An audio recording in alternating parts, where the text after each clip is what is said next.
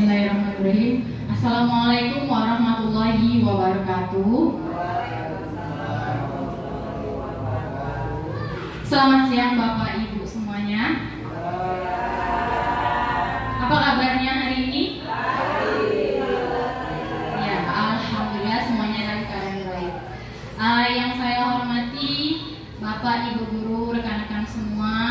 Pertama-tama marilah kita panjatkan puji syukur kehadirat Allah SWT, karena berkat rahmat dan hidayahnya lah kita bisa berkumpul di ruangan ini dalam forum komunitas belajar SD Negeri 34 Prabu Muli untuk kegiatan berbagi praktik baik budaya positif. Salawat serta salam tak henti-hentinya kita junjukkan kepada Nabi besar Muhammad SAW, karena berkat dialah kita bisa berada di zaman yang terang benderang ini.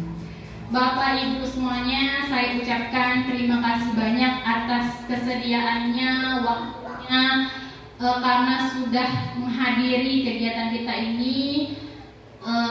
Mohon partisipasinya Bapak Ibu agar kegiatan kita ini berjalan dengan lancar.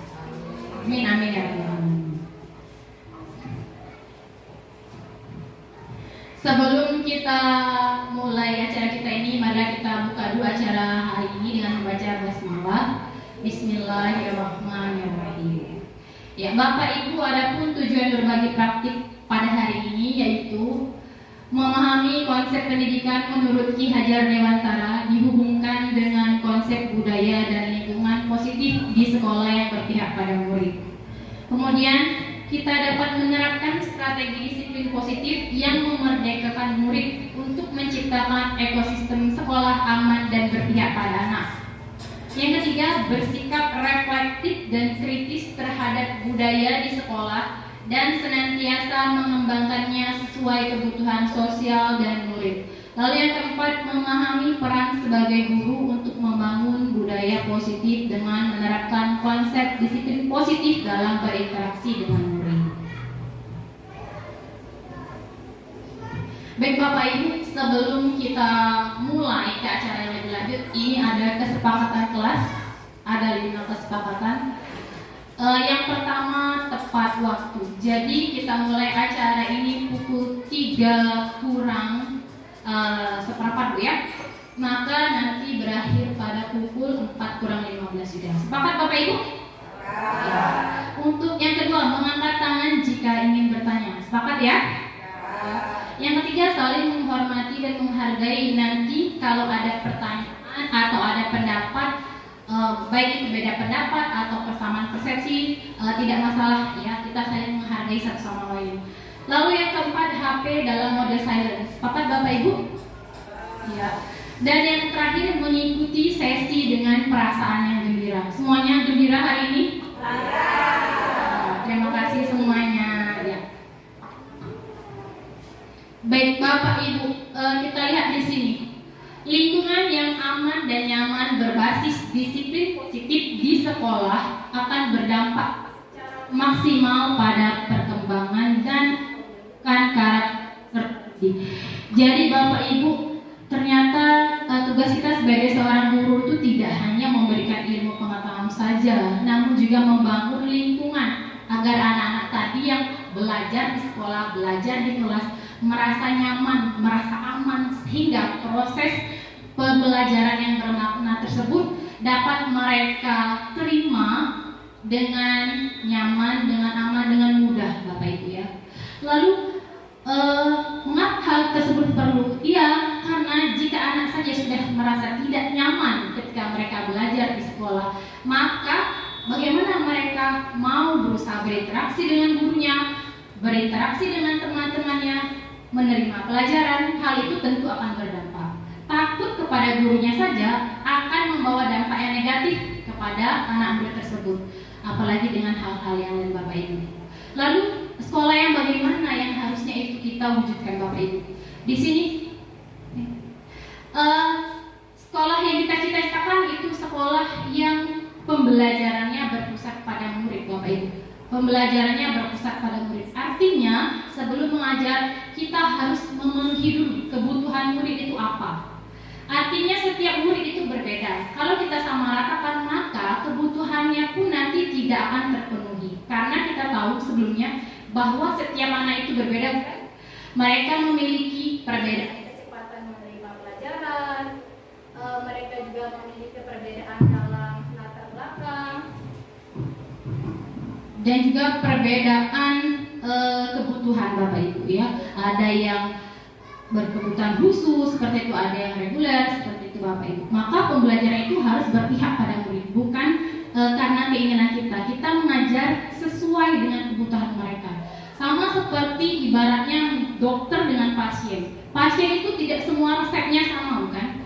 Setiap pasien memiliki masalah yang berbeda-beda. Maka dokter pun akan meresepkan obat yang berbeda pula. Sepertilah guru melihat dulu apa kebutuhan anak-anak, maka guru baru bisa menentukan bagaimana cara memberikan metode yang baik untuk anak kita. Itu yang namanya pembelajaran yang berpusat pada murid. Sedangkan sekolah yang baik itu yang iklim sekolahnya aman, inklusif dan merayakan kebinekaan. Aman dan inklusif, aman dari pembulian, aman dari intimidasi, baik itu oleh guru, oleh teman-teman, Bapak Ibu semua ya. Kemudian inklusif artinya merangkul semua peserta didik, baik itu yang berkebutuhan khusus atau anak-anak yang biasa. Dan merayakan kebinekaan artinya dari semua lapisan masyarakat. Kemudian pendidik harus reflektif, gemar belajar, berbagi dan berkolaborasi. Reflektif itu Bapak Ibu, kita setelah mengajar mengingat-ingat kembali hari ini apa yang terjadi di kelas kita. Apa ada yang membuat kita kesal atau membuat kita senang, itu kita ulas kembali dalam memori kita.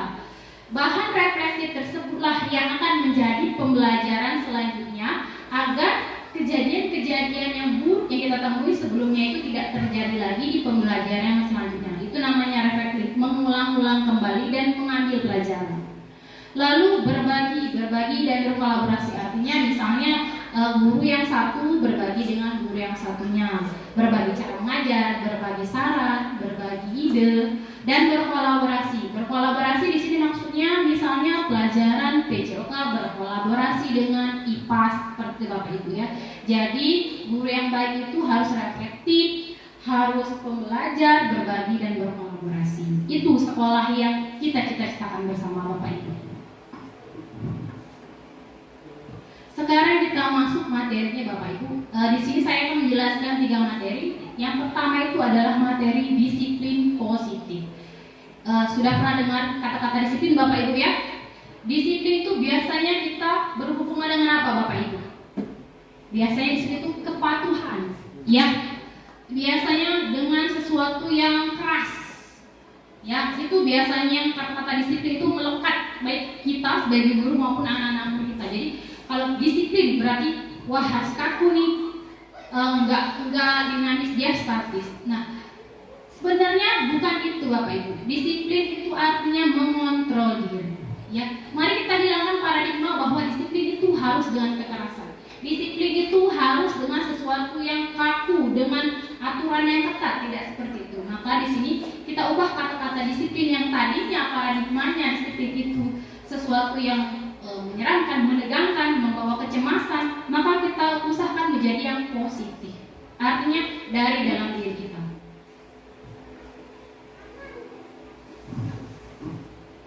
Bapak Ibu, jadi budaya positif itu termasuk ke dalam disiplin, yang dimana merupakan transformasi pendidikan. Transformasi pendidikan ini diusung oleh filosofi pendidikan Ki Hajar Dewantara, di mana belajar itu membimbing dan menuntun anak-anak kita sesuai kodrat alam dan kodrat zamannya, agar mereka bisa selamat dan bisa bahagia ketika mereka nanti bersosialisasi.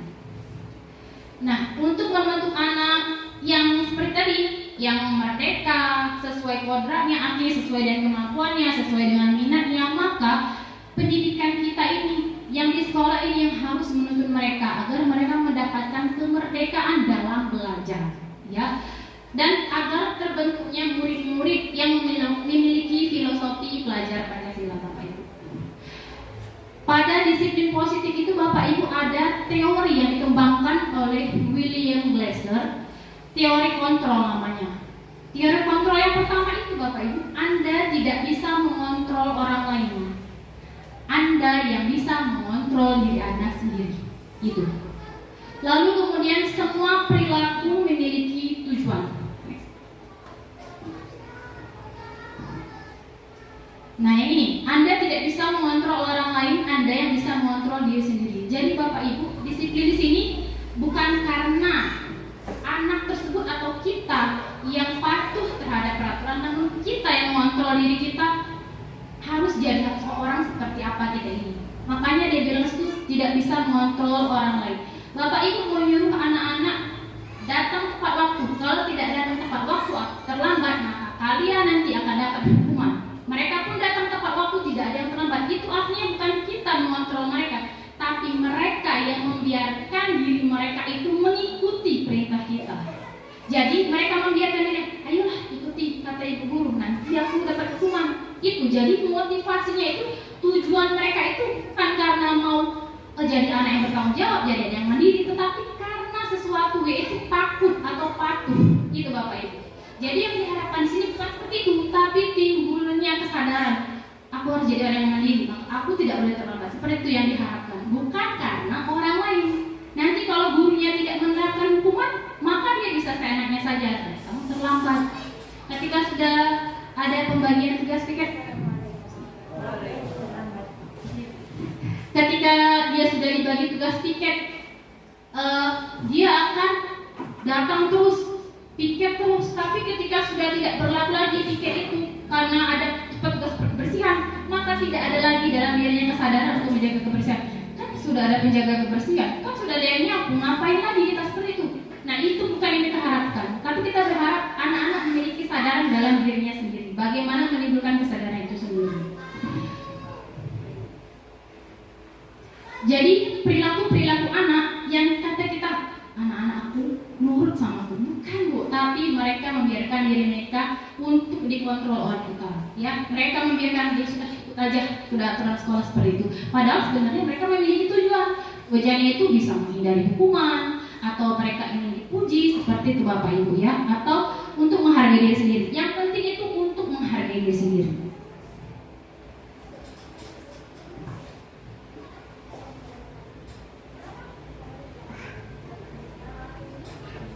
Bapak Ibu, sebelum saya melanjutkan materi saya, tadi kan judulnya disiplin positif. Jadi disiplin positif itu metode atau pendekatan di mana guru mengajarkan kepada anak-anak itu bagaimana menumbuhkan rasa tanggung jawab, bukan karena hadiah atau karena hukuman, tapi karena keinginan dalam dirinya sendiri. Itu Bapak Ibu, itu yang dimaksud dengan disiplin positif. Maka seringkali terjadi miskonsepsi. Miskonsepsi di sini yaitu kesalahpahaman Bapak Ibu, artinya salah artian. Miskonsepsi yang pertama, penerapan budaya positif berarti tidak ada hukuman atau tidak ada konsekuensi. Tidak, bukan seperti itu Bapak Ibu ya. Kita menerapkan disiplin positif ketika anak-anak tersebut melanggar atau tidak melaksanakan keyakinan dalam dirinya, maka biarkan saja, bukan seperti itu. Tapi tetap harus ada konsekuensinya. Bukan berarti hukuman, tetap ada konsekuensinya. Itu yang salah. Jangan selalu disiplin positif, anak-anak tuh tidak boleh diginiin, tidak boleh digini, tidak boleh dikasih hukuman. Bukan berarti tidak boleh dikasih, tapi ada konsekuensi setelah beberapa proses yang harus mereka lalui Bapak Ibu. Seperti ini Bapak Ibu. Jadi dalam hidup bermasyarakat itu selalu ada tatanan, ada aturan. Jadi setiap tindakan itu pasti ada konsekuensinya Bapak Ibu ya. Miskonsepsi yang kedua yaitu dengan membuat keyakinan kelas dan menempelkan di depan papan tulis, maka tidak perlu lagi ada konsekuensi, tidak ada lagi sanksi, bukan Bapak Ibu ya. Jadi tetap selalu ada konsekuensi, bukan hukuman, konsekuensi. Beda Bapak Ibu antara hukuman dan konsekuensi. Nanti kita bahas lebih lanjut Bapak Ibu.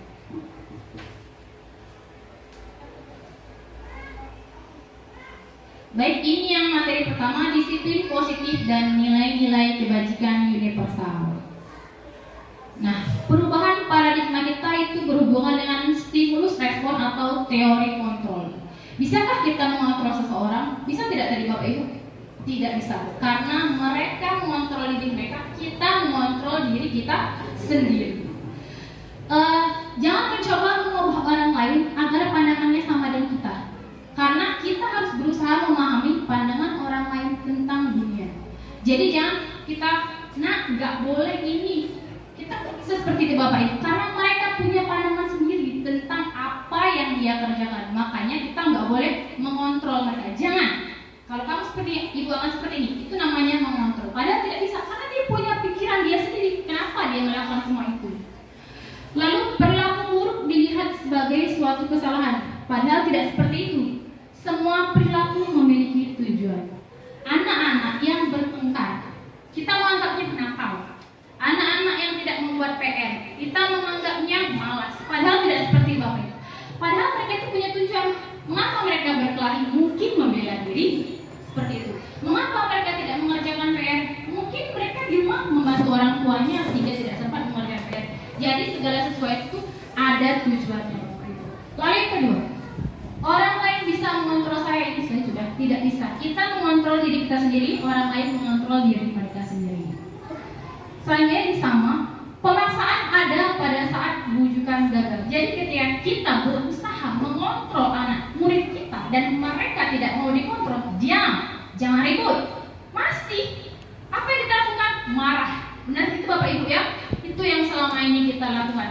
Jadi kalau kita ini biasanya awas, masih lakukan, mulai ada hukuman. Padahal tidak seperti itu. Padahal bisa dilakukan kolaborasi atau konsensus menciptakan pilihan-pilihan baru. Seperti ini. Anak-anak nanti kalau ikut gimana? Anak-anak nanti kalau ikut gimana? Kita bisa menawarkan pilihan-pilihan Bapak Ibu. Lalu model berpikir menakalah. Kalau kita ada yang bertengkar, kalau kita mengatasnya dengan hukuman, maka yang korban akan merasa menang.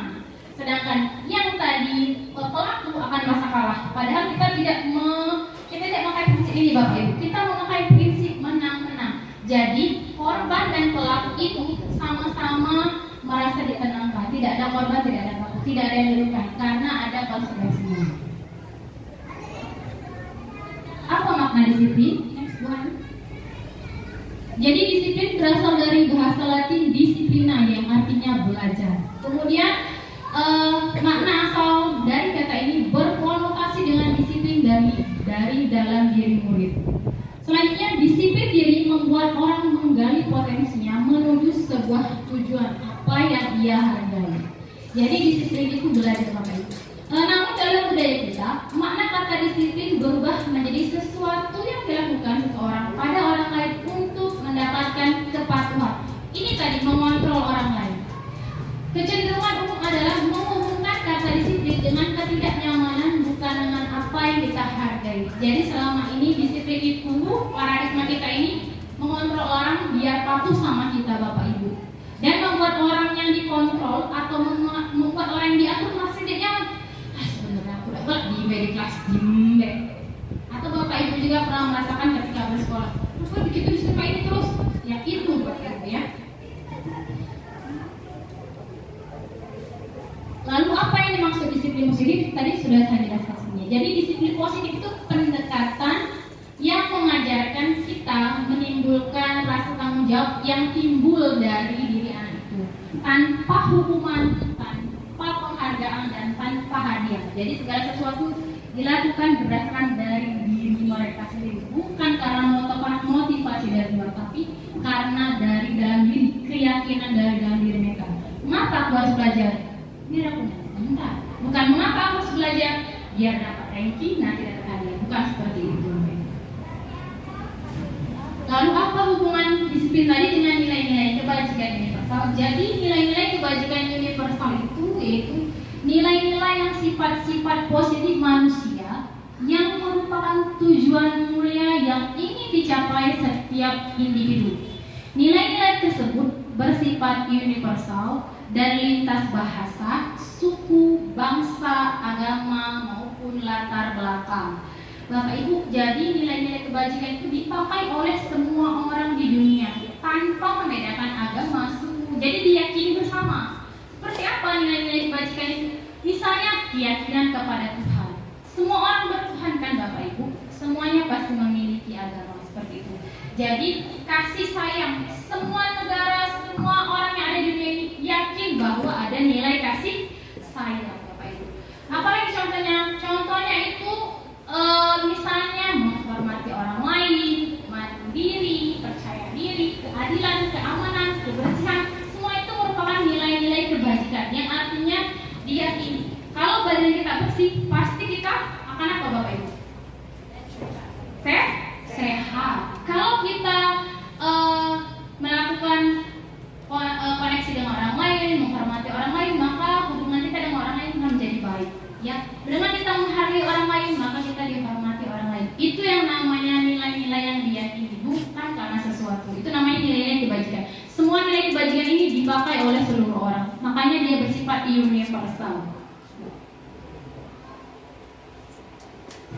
Ini menurut William Glasser pada teori kontrol Bapak Ibu. Jadi setiap perilaku atau perbuatan memiliki suatu tujuan. Jadi disiplin tadi Bapak Ibu memiliki tujuan. Lalu nilai-nilai kebajikan universal. Dengan mengaitkan nilai-nilai kebajikan yang diyakini oleh seseorang, maka motivasi intrinsiknya akan terbangun sehingga menggerakkan aktivitas dari dalam untuk mendapatkan tujuan yang mulia yang diinginkan. Jadi ini yang diharapkan, yang ditulis oleh Diane Gozen, bahwa jika seseorang itu sudah ada nilai kebajikan di dalam dirinya, maka akan timbul motivasi yang dari dalam dirinya, bukan dari dalam orang lain. Kalau orang anak, walaupun ibu gurunya bilang kalau tidak buat PR kamu nanti dihukum, yang tidak buat PR nanti ada konsekuensi. Tapi kalau anak itu sudah yakin dalam dirinya, aku belajar karena aku mau pintar, maka walaupun gurunya tidak ada ancaman, tidak ada hukuman, maka dengan sendirinya dia akan mengerjakan tugas.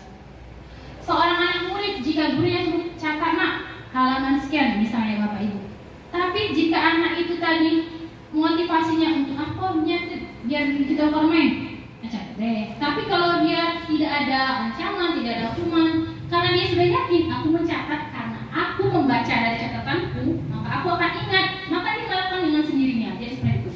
Begitu juga dengan anak-anak kita yang ada sampah, tidak perlu disuruh lagi, ambil saja, karena dia sudah yakin itu sampah dibuang ke kotak sampah, bukan karena aturan atau karena perintah dari guru. Seperti Bapak Ibu.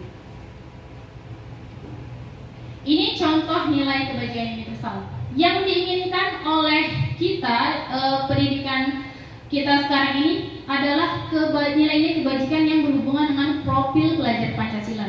Beriman bertakwa kepada Tuhan Yang Maha Esa dan berakhlak mulia, mandiri, bernalar kritis, berkebinekaan global, bergotong royong dan kreatif. Ini yang diinginkan, tapi ini bisa dikembangkan.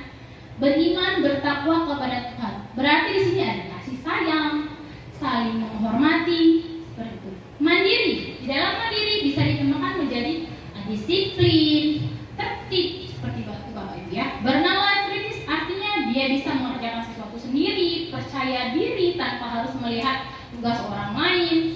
Lalu berkebinekaan global artinya dia bisa merangkul semua teman-temannya, baik itu teman yang berbeda suku, latar belakang atau yang lainnya. Bergotong royong, dengan bergotong royong anak-anak tahu makna peduli, kerjasama, saling menghormati. Dan begitu juga dengan kreatif. Jika anak-anak mengembangkan kreatif, maka timbullah kreativitas dalam dirinya, timbullah rasa ingin tahu, seperti itu Bapak Ibu semua. Nah, ini yang materi yang kedua, yaitu teori motivasi, hukuman, penghargaan, dan restitusi.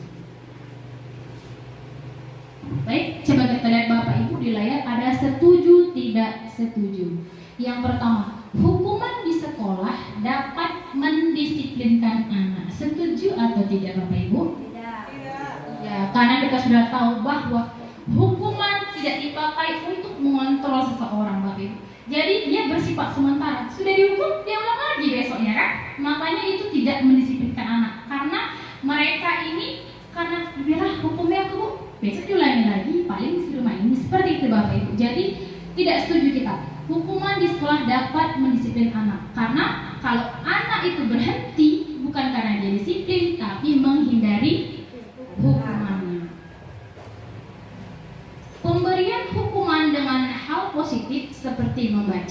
atau membersihkan halaman sekolah dapat meningkatkan disiplin anak. Setuju atau tidak setuju?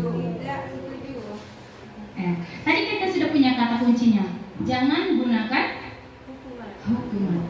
Maka pemberian hukuman dengan hal positif, walaupun ada hal positif, tapi di sini hukuman Bapak Ibu.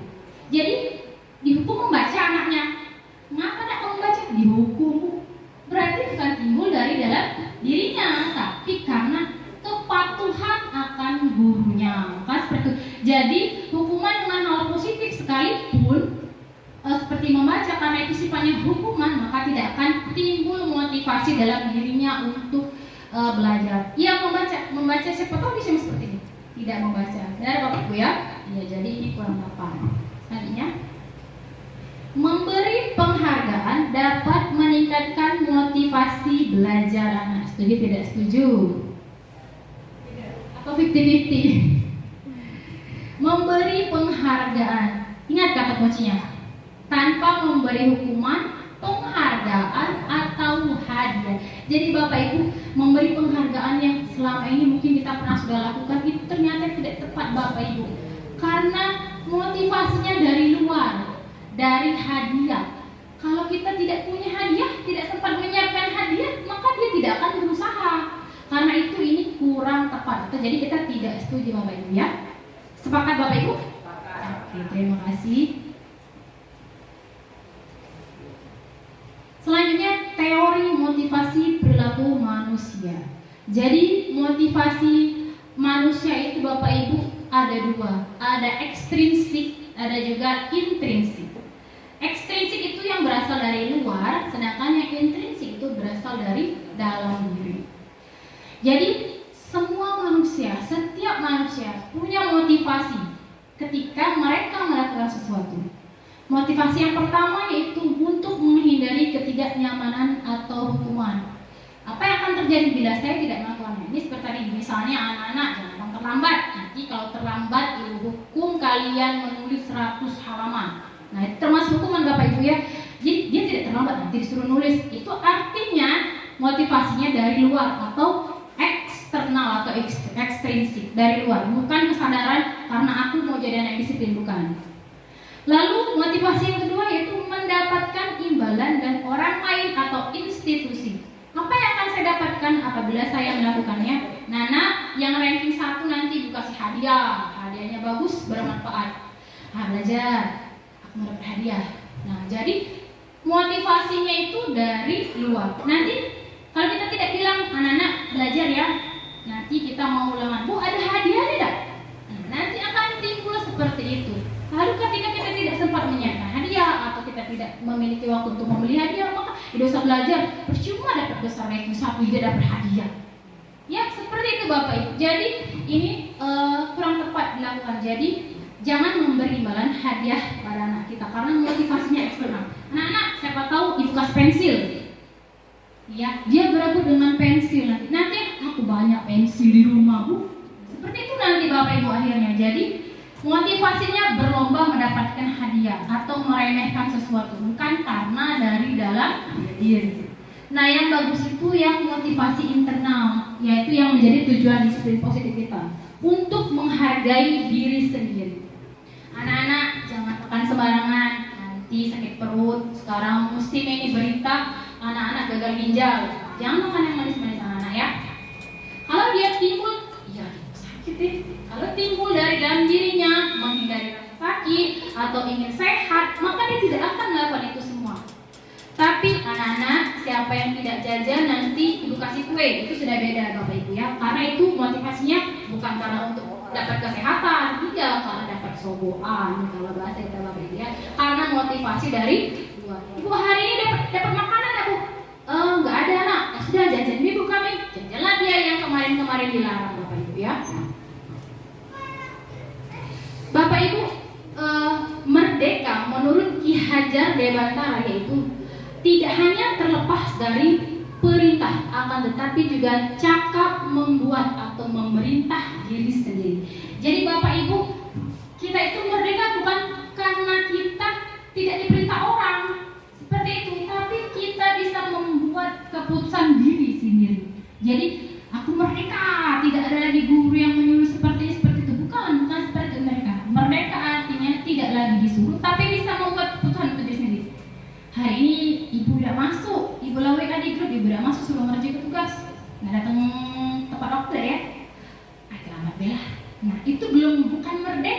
kos kata anak-anak sekarang. Bukan seperti itu. Tapi ketika mereka tahu jam kosong hari ini, ibu guru tidak masuk, dia bukan merdeka karena perintah, tapi aku datang nanti belajar sendiri saja. Seperti itu. Nah, itu artinya bisa membuat keputusan yang baik bagi diri sendiri. Jadi tidak disuruh bukan arti merdeka, tidak disuruh dan tidak bisa membuat keputusan sendiri berarti belum merdeka. Tidak disuruh lagi dan bisa membuat keputusan untuk diri sendiri itu berarti merdeka. Sama seperti negara Indonesia. Kalau sudah lepas dari penjajah, kita masih mengurus diri sendiri kan Bapak Ibu? Ya, itu artinya kita merdeka. Nah, sekarang dihukum oleh pengharga. Ternyata Bapak Ibu, penghargaan itu bisa menghukum loh sebenarnya. Jadi penghargaan itu berlaku sama dengan hukuman. Dalam artian meminta atau membujuk seseorang untuk melakukan sesuatu di mana untuk memenuhi suatu tujuan tertentu dari orang yang meminta atau membujuk. Ini penghargaan. Dorongannya ada eksternal dan ada faktor ketergantungan. Ini tadi yang motivasi ekstrinsik tadi. Jadi diberi penghargaan, diberi hadiah karena ingin melakukan sesuatu yang memberi hadiah tadi, ingin menuruti yang memberi hadiah tadi. Iya. Jadi di Bapak Ibu dihukum oleh penghargaan. Penghargaan itu Bapak Ibu pengaruhnya bisa jangka pendek, bisa jangka panjang, tidak konsisten. Jadi kalau jangka pendek itu misalnya anak-anak kalau kalian dapat nilai 100 nanti ibu kasih hadiah. Anak-anak kalau ranking nanti ibu kasih piagam. Nah, itu ketika dia sudah selesai sekolah, selesaikan hadiah-hadiah tadi, piagam-piagam tadi, maka dia tidak lagi memiliki motivasi. Makanya jangkanya bisa jangka pendek atau jangka panjang. Kalau itu di kelas, itu bisa menjadi jangka pendek. Tapi kalau dia berulang terus, maka itu menjadi jangka panjang dan ketergantungan Bapak Ibu. Lalu kemudian penghargaan menghukum Bapak Ibu. Tanpa kita sadari dengan kita memberikan penghargaan, memberikan hadiah kepada murid kita, kita menghukum yang tidak dapat hadiah Bapak Ibu. Kenapa? Karena saat kita memberikan penghargaan, maka yang tidak dapat tadi merasa rendah diri, berkecil hati. Jangan salah Bapak Ibu. Ada yang biasa-biasa saja karena dia berpikir, memang Dion yang juara satu. Itu kan sudah tidak ada lagi rasa percaya diri. Dia membiarkan teman yang biasa dapat hadiah tadi, sudahlah pasti Dio yang ranking 1. Seperti itu. Jadi itu menghukum anak-anak yang tidak dapat hadiah tadi Bapak Ibu. Lalu Bapak Ibu, jika seorang anak misalnya dia ranking 1 terus, tiba-tiba dia salah mengerjakan soal, dapat 0 karena tidak fokus. Nanti anak yang lain bilang, kan ranking 1, masa dapat 0? Artinya apa? Dia dihukum karena predikatnya yang ranking 1 tadi Bapak Ibu. Dia menjadi, malu aku, ranking 1 dapat kecil. Akhirnya dia berkecil hati, down, motivasinya turun. Ya karena itu bukan dari dalam dirinya, tapi karena penghargaan yang ia terima. Atau biasanya dia rajin datang tepat waktu, terlambat, nggak bisa kau datang terlambat. Itu kan artinya menghukum, dihukum karena penghargaan murid teladan yang rajin. Suatu kali dia tidak rajin atau tidak teladan, maka dia akan dihukum dengan predikatnya sendiri Bapak Ibu. Selanjutnya penghargaan mengurangi ketepatan. Jika kita memberikan sesuatu atau soal kepada anak-anak dengan iming-iming hadiah, maka mereka akan berusaha siapa duluan tanpa dia berpikir apakah jawabannya sudah benar atau belum. Makanya penghargaan itu mengurangi ketepatan karena motivasinya mau duluan. Lalu penghargaan itu tidak efektif ya Bapak Ibu, karena ini jangkanya tadi jangka pendek, jangka panjang.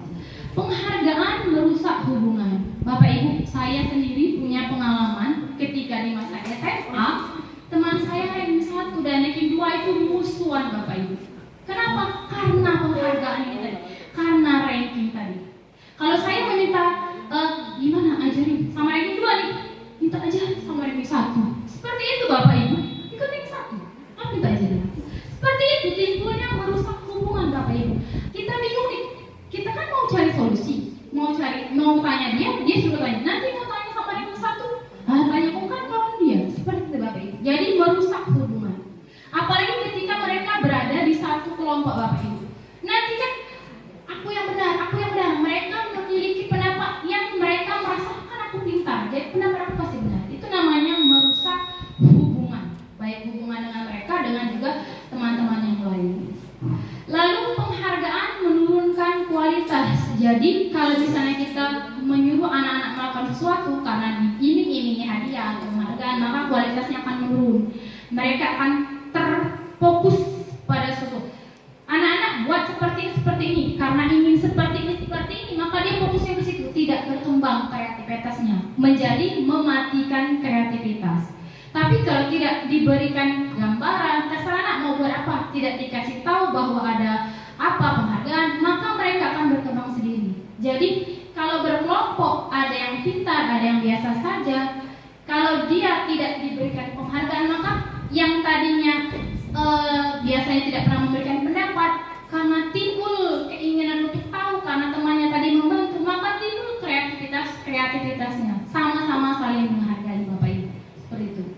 Dan yang terakhir, penghargaan mengurangi motivasi intrinsik. Itu tadi Bapak Ibu. Jadi motivasi dalam diri kita tadi, kalau dia datangnya dari Bapak Ibu, berarti itu motivasinya ekstrinsik, maka rasa tanggung jawab kepedulian dalam diri kita.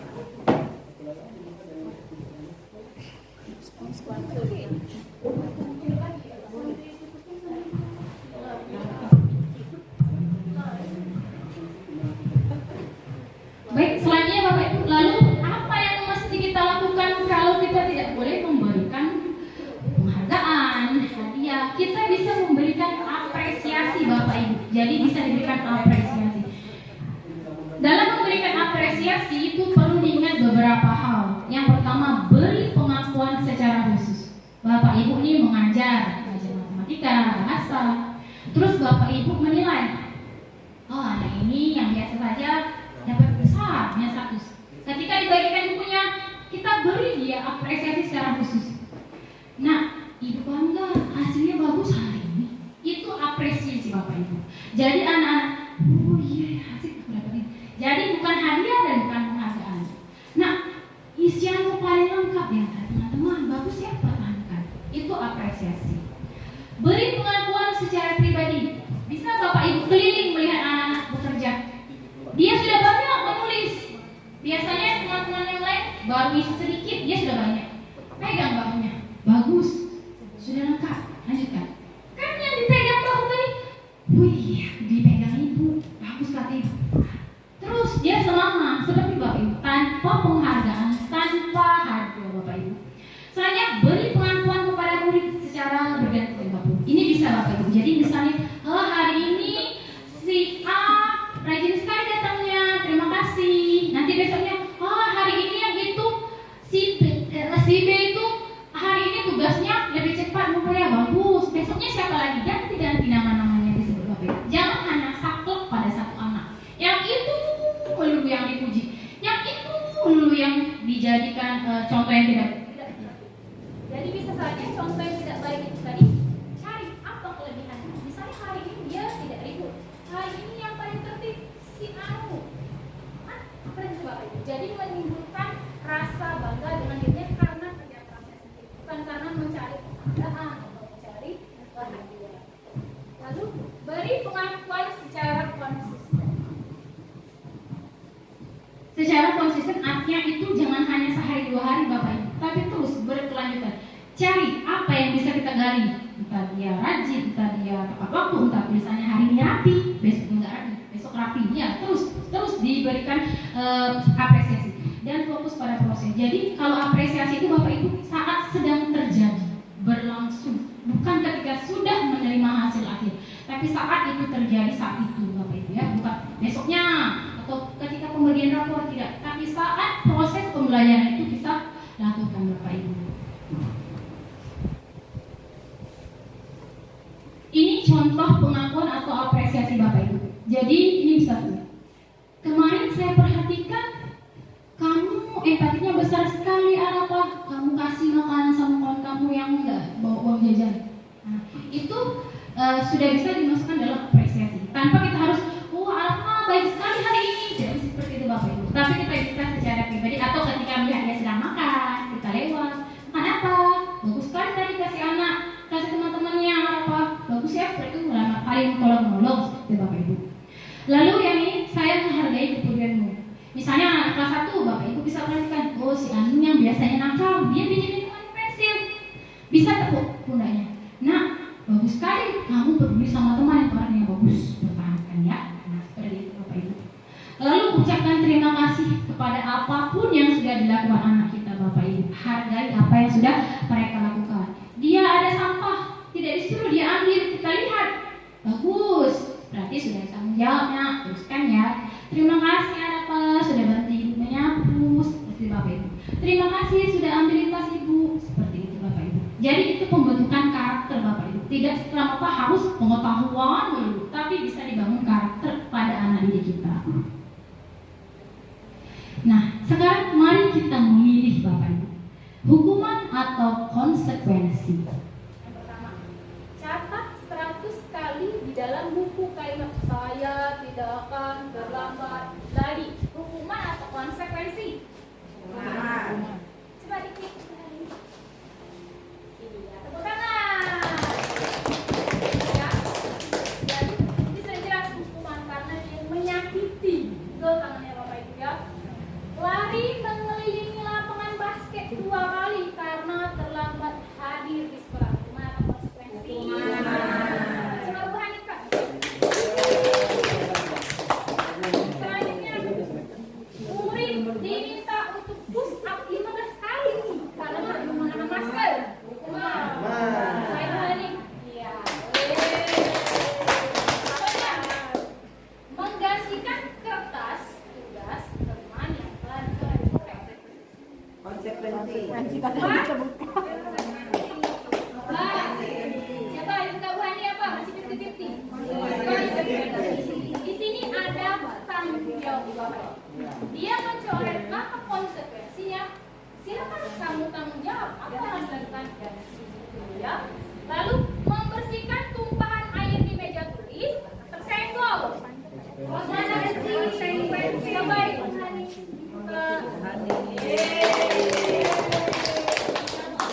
Meminta murid tidak mengenakan sepatu seharian di sekolah karena tidak pakai sepatu minta hukuman.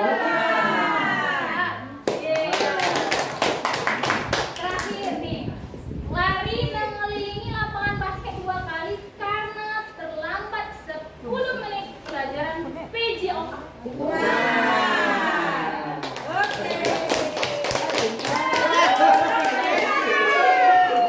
Ya Bapak, jadi di sini ada kata pelajaran PJOK. Karena kalau PJOK itu biasanya kalau praktek kita kan pemanasan dulu Bapak Ibu. Jadi ini termasuk konsekuensi karena mereka bisa warming, bisa pemanasan dari lari. Karena ini berkaitan dengan olahraganya, ya Bapak Ibu. Kalau bukan pelajaran olahraga itu bisa menjadi hukuman. Calah. Nah, Bapak Ibu, jadi di sini perbedaan antara hukuman, konsekuensi, dan eksekusi. Kalau hukuman itu, Bapak Ibu, sesuatu yang menyakitkan terjadi, jadi anak-anak itu merasa disakiti, baik badannya ataupun hatinya, Bapak Ibu. Terlambat pula, itu menyakiti hatinya, Bapak Ibu. Jadi itu sudah termasuk hukuman karena menyakiti. Dia bisa trauma, bisa malas datang ke sekolah karena kata-kata guru atau karena tindakan kita yang hukum tadi. Sedangkan kalau konsekuensi itu sudah ada timbal baliknya, netral ya. Dia bukan hukuman, bukan juga restitusi, tapi akibatnya, nah kamu tidak buat PR, maka kamu harus apa? Seperti itu. Jadi kalau hukuman tadi satu orang yang menentukan hukumannya, tapi kalau konsekuensi itu bisa didiskusikan. Sedangkan restitusi itu pilihan Bapak Ibu. Jadi restitusi itu mengganti. Seperti itu Bapak Ibu. Ya, jadi pada intinya kalau dia hukuman semuanya itu saklek menyuruh atau mengontrol anak Bapak Ibu. Sedangkan kalau dia konsekuensi dia netral. Sedangkan kalau dia restitusi dia menjadi positif. Artinya timbul kesadaran atau keyakinan dari dalam diri anak-anak kita. Seperti itu perbedaannya. Jadi ingat, ketika kita menyakiti anak baik hati ataupun fisiknya, maka itu menjadi hukuman dan itu tidak boleh dilakukan lagi. Pilihlah konsekuensi atau restitusi. Ya, sekarang keyakinan kelas Bapak Ibu. Mengapa tidak peraturan kelas? Mengapa keyakinan kelas? Mengapa kita memiliki peraturan harus menggunakan helm bila mengendarai kendaraan roda 2. Kenapa Bapak Ibu pakai helm biasanya? Menjaga keamanan. Tapi kalau bermotornya dekat, tidak usah pakai helm. Ya. Takut. Biasanya seperti itu Bapak Ibu. Ya, kita selama ini karena nanti ditilang polisi. Itu. Yang keselamatan tadi biasanya kita kesampingkan dulu kalau dekat Bapak Ibu. Soalnya mengapa kita memiliki peraturan membuang sampah di tempatnya? Biar apa Bapak Ibu kira-kira? Iya, bersih, maka lingkungan kita sehat. Kemudian mengapa kita memiliki peraturan harus datang tepat waktu pada saat mengikuti pelatihan? Iya. Biasanya kalau terlambat malu Bapak Ibu ya. Iya, seperti itu. Jadi sebenarnya kalau dia modelnya itu peraturan maka dia ekstrinsik karena takut polisi, karena takut ditilang. Sedangkan kalau dia helm itu biar kalau ada apa-apa kepala kita berkurang tingkat kecederaannya. Maka itu menjadi motivasi intrinsik. Makanya keyakinan kata polisi, tapi apa pakai helm? Karena kita yakin siapa tahu nanti ada ajal atau ada nasib jelek. Seperti itu kan keyakinan. Biar selamat seperti Bapak Ibu. Ya sama seperti membuang sampah. Agar lingkungan kita bersih, bukan karena nanti dicaci teman atau dicaci tetangga rumahnya kotor seperti itu. Tapi kita yakin kalau kita bersih kita nyaman tinggal di sana. Ya, jadi ini Bapak Ibu ini peraturan-peraturan dan ini keyakinan kelas atau nilai kebajikan yang ditunggu. Boleh ditampilkan? Jadi kalau selalu kembalikan tubuh ke tempatnya, maka keyakinan yang ada itu adalah tanggung jawab. Bisa dikembangkan Bapak Ibu, bisa mandiri, bisa disiplin. Kalau anak-anak mengembalikan tubuhnya, dilarang mengganggu orang lain. Artinya kita menghormati orang lain. Hadir di sekolah 15 menit sebelum pembelajaran dimulai. Artinya kita berkomitmen dan menghormati orang lain, menghormati orang yang sudah datang duluan juga. Dilarang melakukan kekerasan, artinya kita juga menghormati orang lain. Dilarang menggunakan narkoba, berarti kita menjunjung nilai kesehatan. Bergantian atau menunggu giliran, artinya kita meyakini nilai kesabaran atau menghormati orang lain. Orang lain yang sudah datang dari kita yang sudah mengantri. Menggunakan masker, artinya kita juga menjunjung atau meyakini nilai kesehatan. Sedangkan jangan berlatih di kelas atau kode itu juga berhubungan dengan keselamatan dan keamanan serta kepedulian.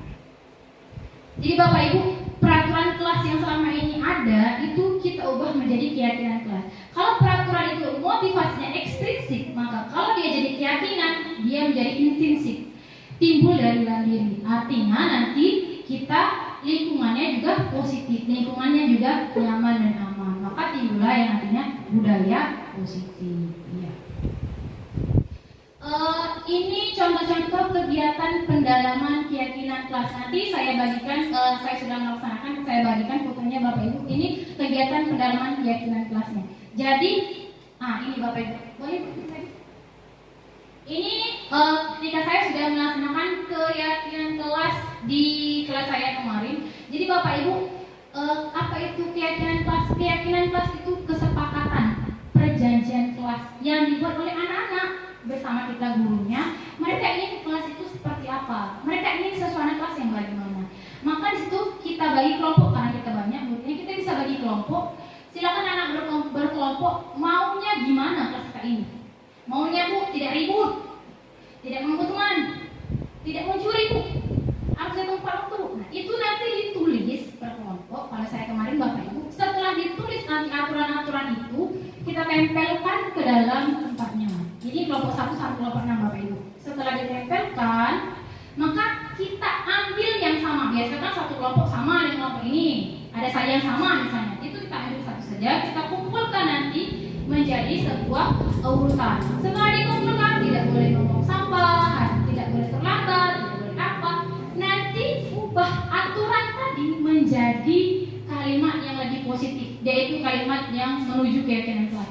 Tidak boleh terlambat, berarti yang positifnya hadir tepat waktu. Jadi yang tadinya jadi aturan berubah menjadi keyakinan, hadir tepat waktu. Misalnya tidak membuang sampah sembarangan, maka kita ubah menjadi kalimat positif, membuang sampah pada tempatnya. Tidak mengejek teman dengan nama orang tuanya.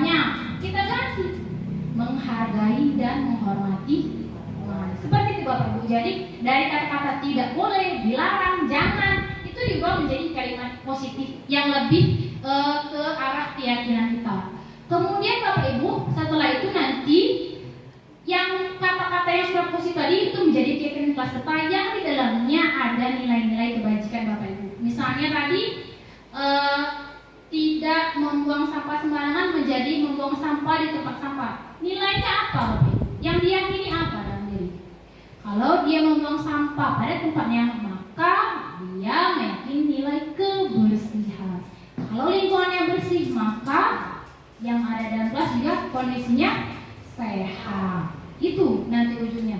Jadi menjaga kebersihan lingkungan, nilai keyakinannya kebersihan dan kesehatan.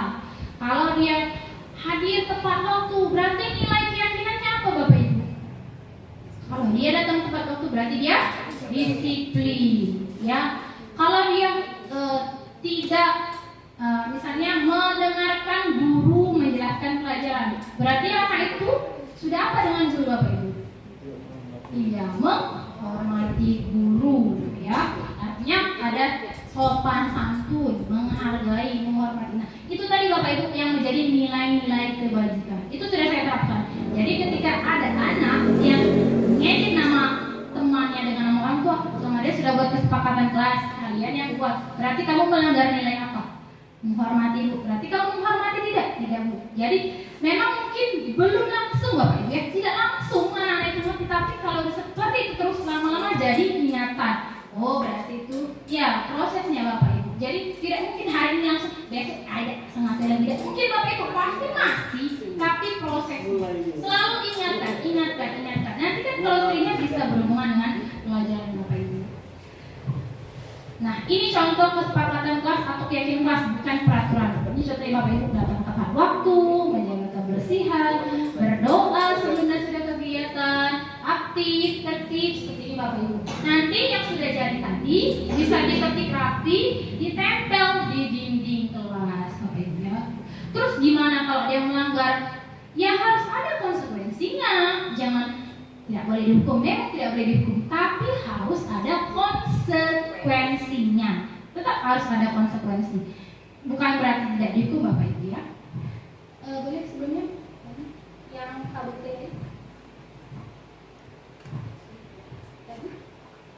Ini Bapak Ibu, jadi kalau sudah dibuat kesepakatan, sudah dapat nilai-nilai kebajikannya, anak-anak bisa mendalami. Ini namanya tabel T Bapak Ibu. Jadi tadi sudah ada dapat kata-kata kebersihan, maka kita bagikan kata kebersihan, kata sopan santun, menghormati dengan kelompok-kelompok anak-anak. Jadi anak-anak itu, anak-anak kamu dapat kata kebersihan kelompok 1.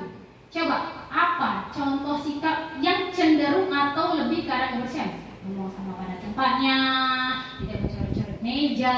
Itu dia berkembang sendiri Bapak Ibu. Berarti tidak berhubungan dengan kebersihan. Itu yang menjadi tampak seperti. Kalau tidak tampak seperti mencoret meja, kebanyakan ya Bapak Ibu, membuang sampah sembarangan, berarti itu tidak mencerminkan nilai kebersihan. Itu namanya tabel T Bapak Ibu, ya. Kalau di sini contohnya hormat. Kalau keyakinan kelasnya saling menghormati, berarti hormat. Apa contohnya? Datang tepat waktu, menyapa teman, menyapa guru. Kalau dia tidak sesuai dengan keyakinan, maka dia tidak tampak seperti itu. Sering terlambat, acuh, tidak mengembalikan barang itu. Sedangkan yang ini namanya tabel Y. Kalau tabel Y itu yang bisa kita dengar, yang bisa kita lihat dan kita sikapi perilakunya. Kalau hormat itu kedengaran seperti apa? Kalau hormat itu ketika dia berbicara santun, hormat sama guru. Kalau tidak Bu, aku tidak itu termasuk hormat tidak Bapak Ibu? Tidak, kita kan mendengar nadanya. Berarti itu kata-kata tidak Bu, itu memang tidak, tapi belum hormat karena terdengar seperti menyegak gurunya, seperti Bapak Ibu. Sedangkan kalau berperilaku tersenyum ramah, salaman sama guru, itu perilaku anak tanpa kita suruh Bu salim. Nah itu sudah menunjukkan perilaku hormat. Sedangkan terlihat itu bisa dilihat dengan dia berterima kasih, terima kasih ada yang minjem aku pensil. Oh anak itu sudah hormat kepada teman, sama seperti Bapak Ibu. Jadi bisa digunakan tabel Y atau tabel T untuk pendalaman keyakinan kelas. Ini contohnya tadi. Bapak Ibu semuanya, di musim toko oren Bapak Ibu ya. Semua ada dalam toko oren kita itu. Nah, di depan ini Bapak Ibu, di toko oren itu ada yang menjual kesepakatan kelas. Sudah jadi loh Bapak Ibu, tinggal beli aja. Harganya murah, 7.500 sudah jadi. Tinggal gantung aja Bapak Ibu. Kira-kira nih, menurut Bapak Ibu semua, apakah ini bisa bagus dilakukan untuk kita sebagai pendidik di sekolah kita Bapak Ibu? Gimana Bapak Ibu kira-kira?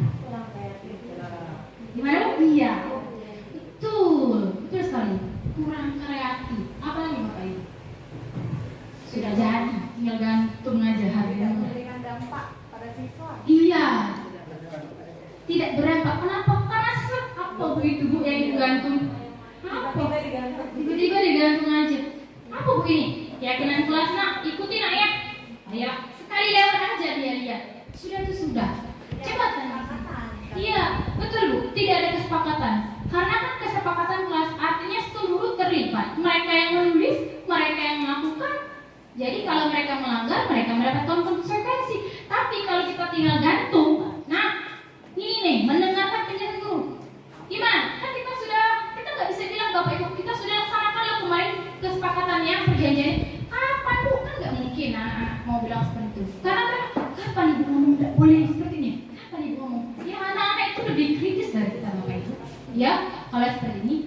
Nah Bapak Ibu, jadi kalau ada yang seperti ini, sebaiknya dihindari saja Bapak Ibu. Jadi buat supaya kita bisa menerapkan disiplin positif kita ini dalam lingkungan sekolah kita Bapak Ibu. Jadi anak-anak itu Bapak Ibu, seperti saya kemarin rupanya banyak ide-ide yang di luar ekspektasi saya.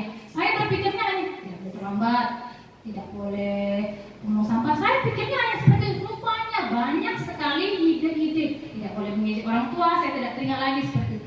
Bu, harus piket Bu. Iya, tidak boleh meminjam barang tanpa izin dia. Ternyata karena mereka mengalami, penanya lain ambil aja Bapak Ibu. Jadi ketika dibuat, mereka, oh kemarin saya ambil minjem aku, udah balik lagi.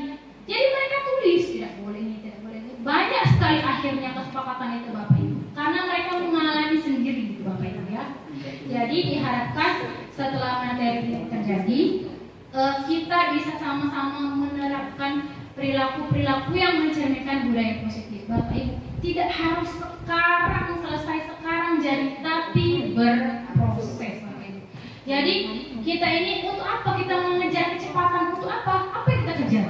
Karena kita harapkan pada anak-anak murid kita itu adalah timbul rasa tanggung jawab dari dalam dirinya. Kita juga timbul tanggung jawab dari dalam diri kita. Kita juga tidak bisa Bapak Ibu merubah diri kita langsung jadi guru yang baik, guru yang senyum. Tak mungkin Bapak Ibu ya, karena sudah kan. Tapi kita bisa berusaha Bapak Ibu ya, menjadi guru yang bisa ingat. Jangan sampai Bapak Ibu ketika seperti kita, saya bicara sama teman, Bapak itu, Bapak itu, aku ditegakkan jadi Bapak tulis malu. Karena akhirnya kenangan yang diingat itu yang jelek-jeleknya Bapak Ibu. Jangan sampai kita menjadi guru yang kenangan dengan kita itu kenangan yang jelek. Tapi bangunlah kenangan-kenangan yang baik agar anak-anak itu ingat ilmu kita. Bukan hukumannya yang dia ingat itu, tapi ilmu yang kita bagikan kepada mereka. Percaya nanti kalau ketemu Bu, Ibu dulu pernah lakukan aku, kan kita yang malu Bapak Ibu ya. Tapi Bu, terima kasih Bu, karena Ibu kemarin ngajari kami ini, aku jadi guru, aku terapkan Bu di sekolah. Itu kan akhirnya menjadi amal jariah terus ke generasi-generasi berikutnya Bapak Ibu. Baik Bapak Ibu, itu saja penyampaian materi dari saya tentang disiplin positif, teori motivasi, penghargaan, restitusi, dan juga keyakinan kelas. Apabila ada kata-kata yang salah Bapak Ibu atau menyinggung, saya mohon maaf. Terima kasih atas partisipasinya. Semoga bermanfaat bagi kita sebagai guru di SD Negeri 34 Prabudi. Semoga kita menjadi sekolah yang memiliki lingkungan yang aman Bapak Ibu, yang positif, yang digemari oleh seluruh masyarakat, sehingga semua orang mau masuk SD kita ini Bapak Ibu, sehingga menjadi amal jariah kita. Terima kasih Bapak Ibu. Saya akhiri. Wassalamualaikum warahmatullahi wabarakatuh.